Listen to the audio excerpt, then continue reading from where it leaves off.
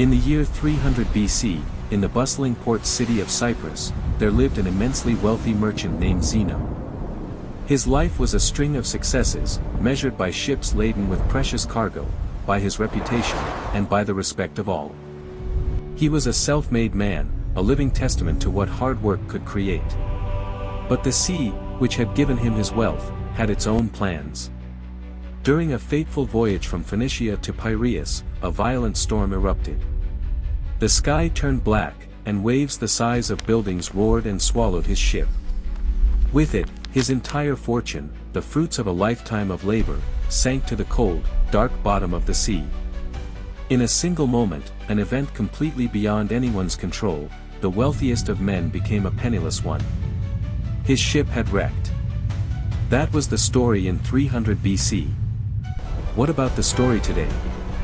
Perhaps you aren't a Greek merchant, but you've likely faced your own shipwreck. Maybe it wasn't a storm at sea, but a cold, impersonal email informing you that the position you dedicated 20 years to no longer exists. Your career ship has sunk. Maybe it was the moment you and your spouse sat in silence, realizing that the love you once thought was the strongest anchor in your life could no longer hold. Your marriage ship has sunk. Or maybe the shipwreck happens more quietly.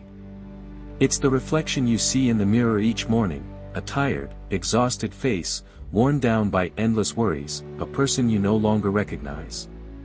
It's when you realize that amidst the pressure to succeed, to be the perfect parent, the perfect partner, you have lost yourself. Your spiritual ship is slowly sinking. Our lives, in any era, are a volatile ocean.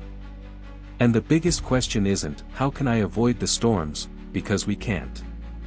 The real question is, when my ship sinks, how do I not drown? The answer has existed for 2,000 years, discovered by Zeno himself, the man who lost everything on that fateful day. And it doesn't lie in a complex theory or blind faith. It lies in a practical toolkit for building a mind that cannot be defeated. This ancient philosophy doesn't hand you a life raft to passively cling to. No. It teaches you how to swim. So, how do we learn this skill of swimming in the ocean of life? Before we dive into the specific tools and techniques, there is something crucial we must clarify from the start. We must dismantle a great misunderstanding, a wall of prejudice that has prevented so many from accessing the true power of this philosophy. When you hear the word Stoic, what image comes to mind? For many, it's a stone-faced, cold, emotionless person.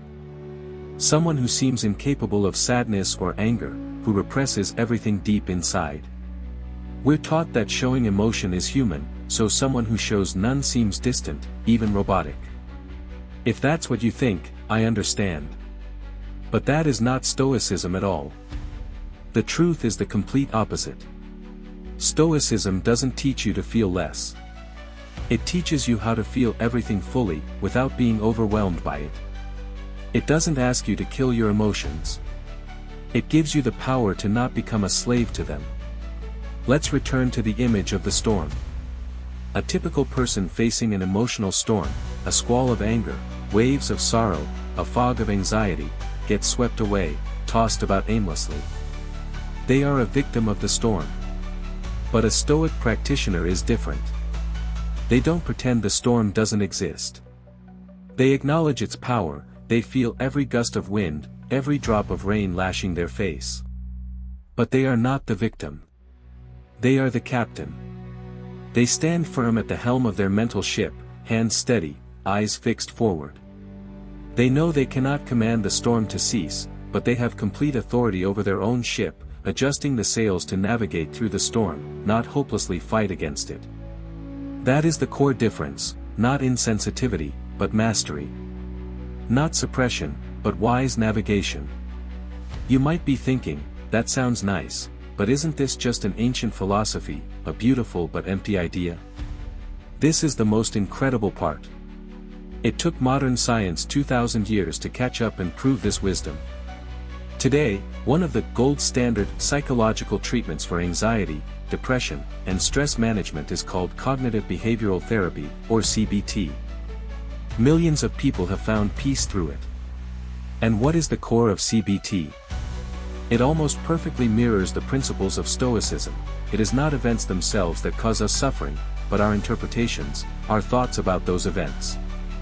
CBT teaches patience to identify negative, automatic thoughts, challenge them, and replace them with more realistic and helpful ways of thinking. In other words, what modern psychologists are practicing in therapy offices around the world is precisely what Stoic philosophers taught in the sun-drenched public squares of ancient Greece and Rome. This is no longer a belief. It is a scientifically validated tool. And now, we are going to learn how to use it. The first step, and the most important, is learning to distinguish what is your battle, and what is not. The circle of control, your kingdom and the world outside. If there is one single skill that Stoicism wants to give you, one diamond you can keep for yourself and use in every situation, it is this: the ability to distinguish, clearly and ruthlessly, between what you can control and what you absolutely cannot. The philosophers called this the dichotomy of control. But I want you to think about it more simply. Imagine you are standing on the ground, and with your heel, you draw a circle around yourself. Everything inside that circle, that is your kingdom. You are the king, the queen there. Everything outside that circle, that is the outside world. You can influence it, you can hope for it, but you can never command it. Your entire peace and power depend on whether you respect the boundary of that circle. Most of us live our entire lives in misery because we spend all our energy and emotion trying to control things outside the circle. We strain to change the weather, to control other people's thoughts, to turn back the past. It is a war we are guaranteed to lose. True power begins when you retreat, return to your kingdom, and focus all your efforts on what you truly have the authority to rule. Consider this in the context of your career. Let's say you're in your 40s or 50s. You've worked hard, you're competent, and there's a higher position you believe you deserve. You set your sights on getting it. Now, draw that circle. What's outside the circle? Your boss. You can't control his mood, he might be having a bad day at home. You can't control the subtle office politics, or the fact that a younger colleague seems to be more popular. You can't control the economic situation that's forcing the company to tighten its budget. All of those factors, which directly determine whether you get the promotion, are outside your circle.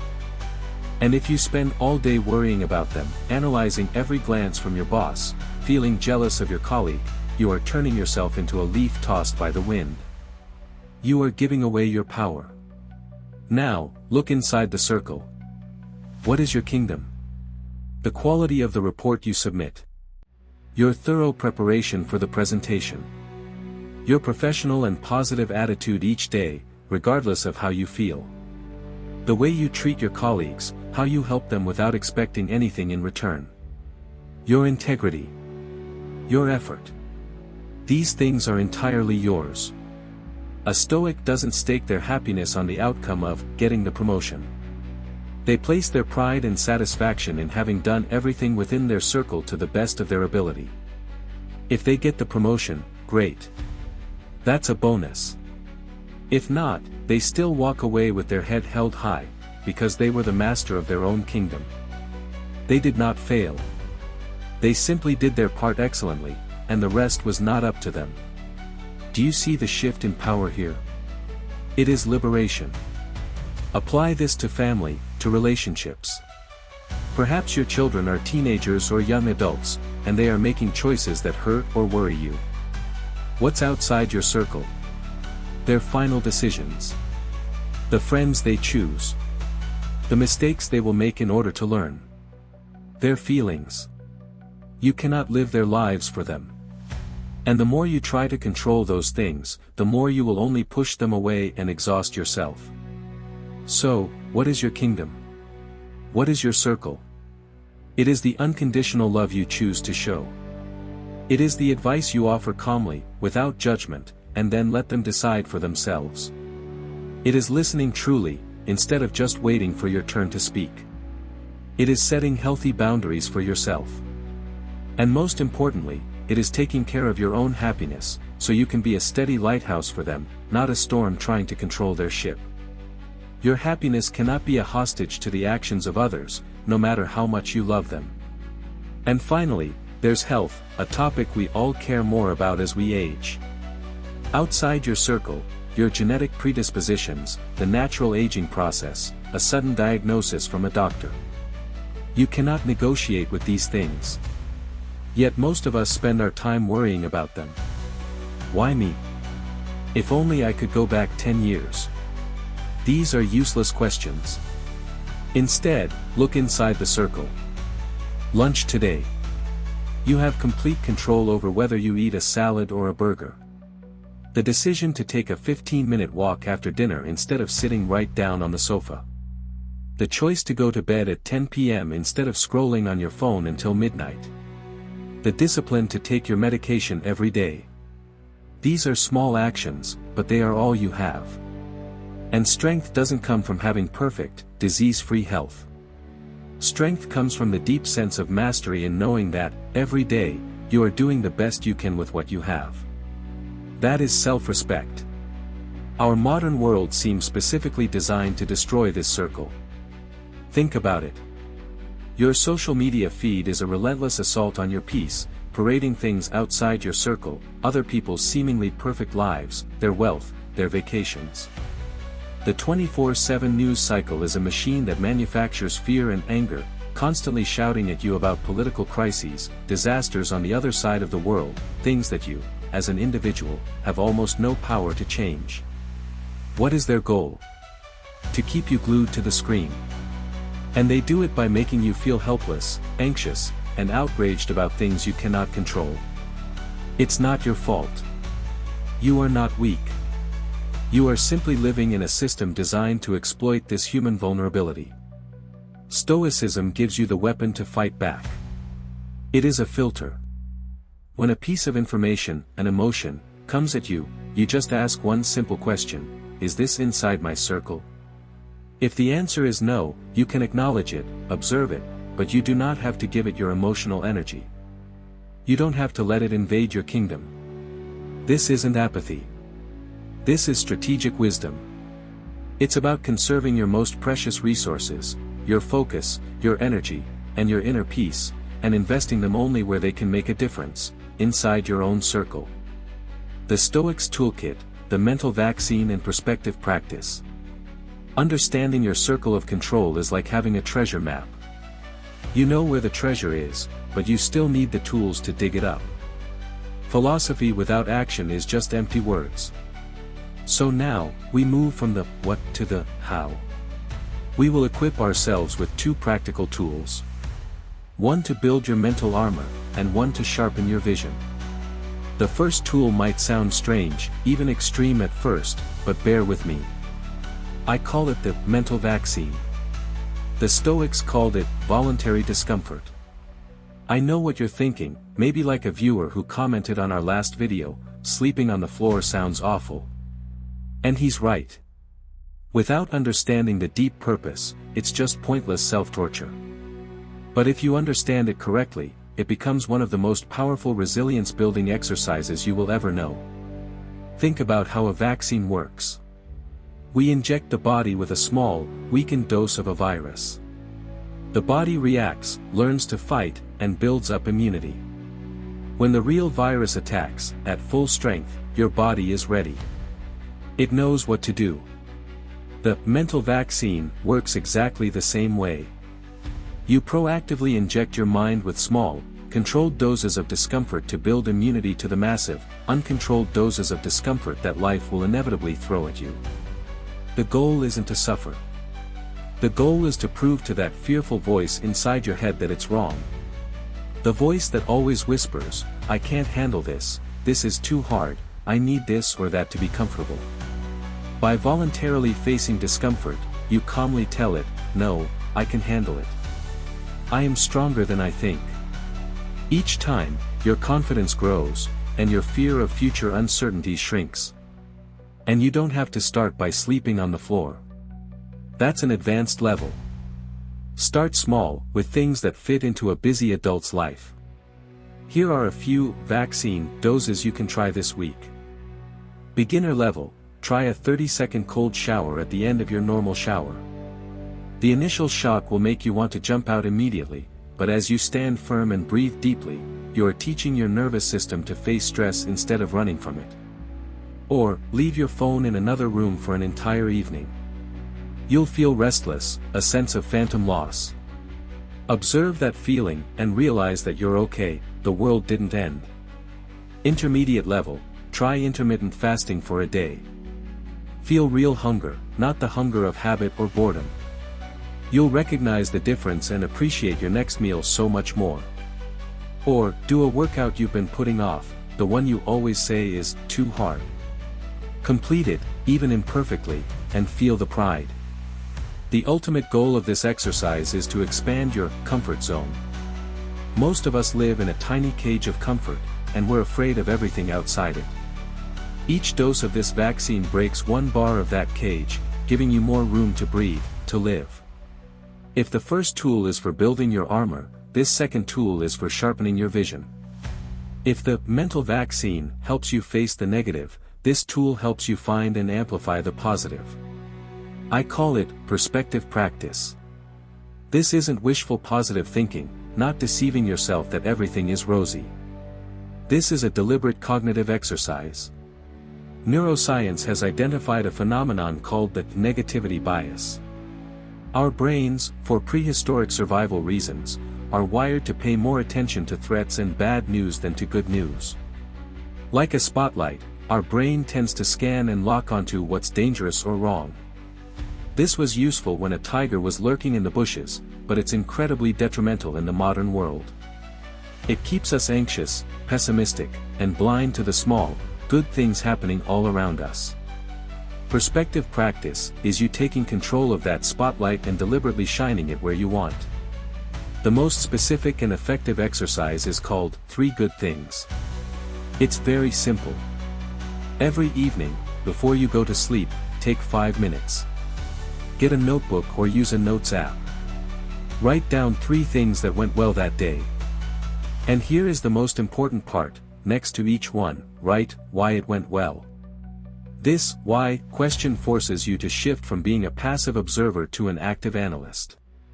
It helps you recognize your own role in creating good things. For example, instead of just writing, had a nice dinner with the family. Write, had a nice dinner with the family. This went well because I proactively set a no phones at the table rule, and everyone actually talked to each other. Instead of just writing, finished a difficult project at work. Write, finished a difficult project at work. This went well because yesterday, I decided to break it down into smaller, manageable tasks instead of procrastinating. Or even the smallest things, enjoyed my morning coffee in silence. This went well because I chose to wake up 15 minutes earlier than usual. Do you see? This exercise isn't about waiting for luck. It's about documenting your small wins, your right choices. When you do this every day, you are rewiring your brain. You are training it in a new habit, to look for what's working, instead of just fixating on what's wrong. Science has shown that this practice can significantly reduce symptoms of depression and increase overall feelings of happiness. These 2 tools work together perfectly. The mental vaccine increases your tolerance for adversity. The perspective practice increases your appreciation for the good. One makes you tougher, the other makes you softer. Combined, they make you a person who is harder to knock down, but who finds it easier to be content. And that is the portrait of a modern Stoic. The ultimate proof, the Stoicism of Nelson Mandela. Theories and practical tools are one thing. But do they really hold up against the most severe tests of life? Can a person maintain inner peace when their outer world has not just been shaken, but has completely collapsed? To answer this question, we don't need to look at ancient philosophers. We only need to look at the life of one of the 20th century's greatest leaders, Nelson Mandela. Mandela's story is not just a political one. It is an epic of human endurance, and a living demonstration of Stoic philosophy in action. Imagine this. In 1964, Nelson Mandela was sentenced to life in prison. He was sent to Robben Island, a brutal maximum security prison off the coast of South Africa. He was stripped of everything. His name was replaced with a number, prisoner 466/64. He was locked in a damp, tiny cell so small that when he lay down, his head and feet touched opposite walls. Every day, he was forced into hard labor under the blinding sun, breaking rocks in a limestone quarry where the glare nearly destroyed his eyesight. The world outside his circle of control had shrunk to almost nothing. He couldn't control when he ate, when he slept, when he saw his family. He couldn't control the cruelty of the guards or the injustice of the apartheid regime that imprisoned him. For 27 years, nearly 3 long decades, he lived in a hell designed to crush the human spirit. Many men broke. Many went mad or became hardened by hate. But not Mandela. What made the difference? In those dark years, a fellow prisoner smuggled him a book. It was the Meditations of Marcus Aurelius, the Roman emperor and great Stoic philosopher. In that cold cell, Mandela found a companion, a teacher from 2,000 years prior. He found the map and tools we have just discussed. He rigorously applied the dichotomy of control. They could imprison his body, but his mind was a free kingdom. They could control the stone walls, but they could not control his dignity. Instead of drowning in hatred for his captors, he chose a different path. He learned their language and culture, Afrikaans, not to submit, but to understand. He understood that to defeat an enemy, you must first understand them. This was a conscious choice, an act within his circle. His life was an exercise in voluntary discomfort at the highest level. But even within that involuntary discomfort, he found ways to practice mastery. He created a strict schedule for himself. Every morning, he would wake up and exercise in the cramped space of his cell. This wasn't just to maintain his health. It was a declaration: you may control my time, but I control my habits. This body still belongs to me. He treated the guards with respect, not because they deserved it, but because he refused to let their hatred contaminate his soul. And he practiced perspective. Instead of seeing only the gray walls of the prison, he looked further. He saw a future South Africa, a nation where all races were equal, a rainbow nation. This grand vision gave him the strength to endure the daily pains. It turned the meaningless act of breaking rocks into an act of laying the foundation for a better future. And then, after 27 years, the moment came. Mandela was freed. As he walked out of the prison, the world held its breath. South Africa was on the brink of a civil war. Millions of black South Africans, who had been oppressed for decades, were boiling with rage and ready for revenge. Everyone expected Mandela, the one who had suffered the most, to call for vengeance. It would have been a very human reaction. But he didn't. Instead, he did something almost unimaginable. He called for reconciliation. He called for forgiveness. He chose to build a future instead of destroying the past. This was not an act of weakness. This was an act of supreme strength, the strength of a man who had completely mastered his inner kingdom. He knew that revenge, while it might bring a moment of satisfaction, would only plunge his country into an endless cycle of violence, something outside his circle of control. The only way forward was to focus on what he could control, his message of unity and peace. Nelson Mandela proved that Stoicism isn't just about ideas for dealing with minor daily annoyances like traffic jams or a harsh comment. These are principles that can help a person walk through the deepest darkness and emerge not just intact, but as a lighthouse for all of humanity. Your first step: becoming the captain.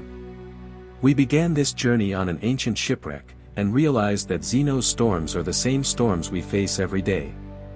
We've dismantled common misconceptions, seeing that the Stoic strength lies not in being emotionless, but in mastery.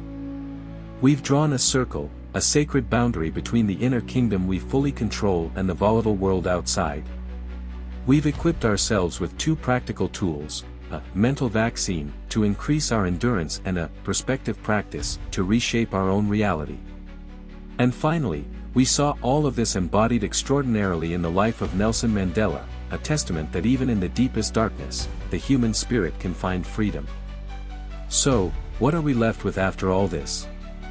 We are left with a simple but life-changing truth: happiness, peace, and freedom are not things you find in the outside world. They are not in a better job, a bigger house, or the approval of others. They are things you build, brick by brick, right inside of you. The world will never stop testing you. There will always be unexpected bills, frightening diagnoses, broken relationships, injustices that make you angry. The world will always try to rock your ship. But from today, you are different. You are no longer a passive passenger, tossed about by the waves. You now know how to become the captain. You know that while you can't control the wind or the waves, you always have full control over your rudder and your sails. You know that true strength isn't that the ship never meets a storm, but that the captain stays steady at the helm when the storm hits. This path is not an easy one. It is not a quick fix. It is a practice, a habit forged daily. There will be days you do it well. There will be days you forget, you get swept away by emotion and try to control things outside your circle. That's okay. Forgive yourself. The goal is not to be perfect. The goal is to be a little better tomorrow than you were today. The goal is not to become some emotionless sage on a mountaintop, but to become a calmer, more resilient, and freer father, mother, partner, colleague, and human being, right here in your real life. So where do we go from here? This knowledge only becomes useful when you put it into action. So, I want to leave you not just with ideas, but with a challenge, a concrete first step. Here is your exercise. It doesn't require a notebook or a special space. It only requires a moment of attention. The next time, just in the next 24 hours, that you feel a surge of anger, frustration, or anxiety over something you cannot control, maybe another driver cuts you off, a long line at the grocery store, a negative comment from someone, or the news on TV, do this. Pause. Just for 1 second. Before you react, before your body tenses and angry words leave your mouth, take a deep breath and silently ask yourself this question. Is this within my control? That's it. You don't have to solve the problem. You don't have to find the perfect answer. The act of asking the question is itself a victory. Because in that moment, you have created a precious gap between the stimulus and your response. In that tiny space, the power has returned to you. You have switched from automatic reaction mode to conscious response mode. You have remembered that you are the captain. After you try this exercise, whatever the result, come back here and share your experience in the comments below. Let us know, what did that moment feel like? What were you facing when you asked the question? Did it change, even slightly, your reaction? There are no right or wrong answers. This community is a place where we can learn and grow together. Your story might be the very inspiration someone else needs to read today. Thank you for joining me on this profound journey. Now, go out into the world and begin to practice. Stay at the helm.